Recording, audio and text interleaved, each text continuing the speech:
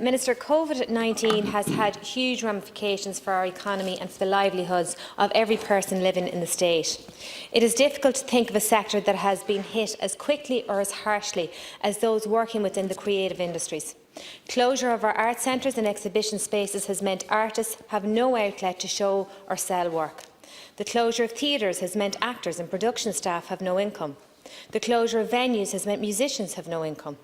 With the closure of cinemas, films released have been all pushed back and the regulations have stopped all productions currently in the pipeline. This is only a snapshot of the array of people and sector impacted. With social distancing requirements likely to be a part of life for the foreseeable future, the arts community will be one of the last to return to normal. So we need to think outside the box on how to support the sector. The Arts Council survey established that over the last number of months that we have lost audiences of estimated at 2.4 million people. Over 12,000 arts activities have been cancelled. Over 112,000 tickets have been sold for activities that will not be taking place. Over €3.85 million has been invested in activities that are cancelled and postponed, and potential income of €6.4 million has been lost from activities that were cancelled.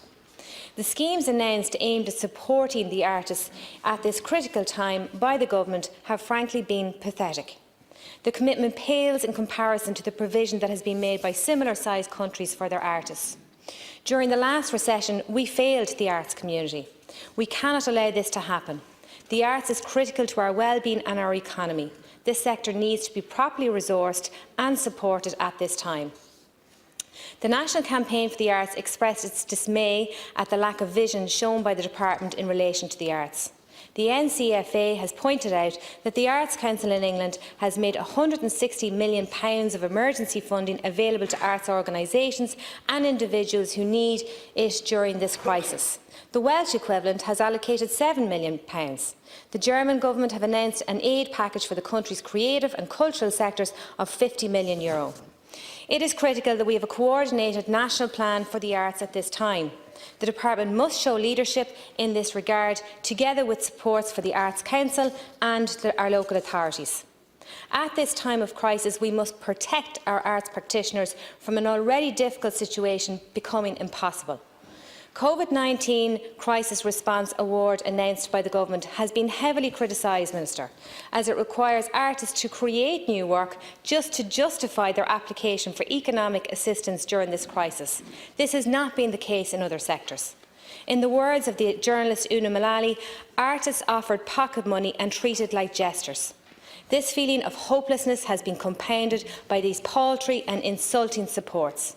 The response of Angela Dorgan, Chair of the NCFA, was, and I quote, "We are devastated as a sector. Artists are the people providing distraction, context and relief. We are all reading books, we're all watching films, we're listening to music, we're talking about how great it is that we can turn to the arts, yet the artists are once again being abandoned." Unquote.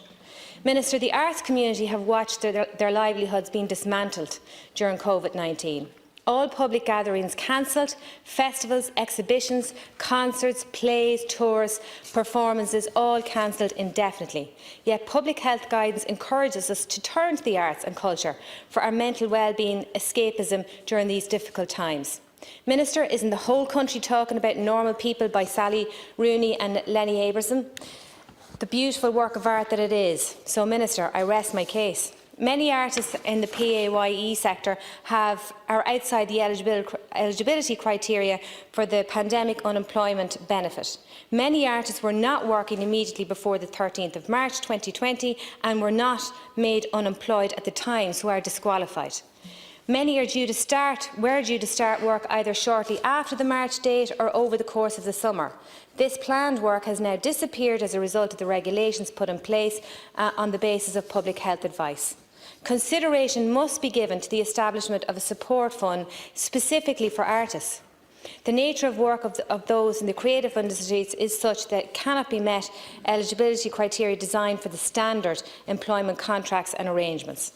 Minister, you need to commit with artists and arts workers affected by COVID-19, the crisis, through the pandemic unemployment payment by extending it until the end of the year. The Government should commit immediately to releasing Artist Workspace Grant for 2020 and increasing funds available under the scheme for 2020. Finally, Minister, arts and culture are the cornerstone of our society. It is part of our DNA. As a country, we need our artists and cultural institutions more than ever as a key component to rebuilding this country, and it will take leadership from your department to fight their corner. Minister, if I was to ask you for one thing in the discussion today, that is to talk to and engage with the artists and set out a collaborative roadmap that they're part of and that they have some sense of your vision for their future. Listen to them. They are the creators and the inventors, and they know what needs to be done to facilitate the restart of the creative industries. Otherwise, you risk an existential threat to artists and the creative industries. Their future is in your hands, Minister.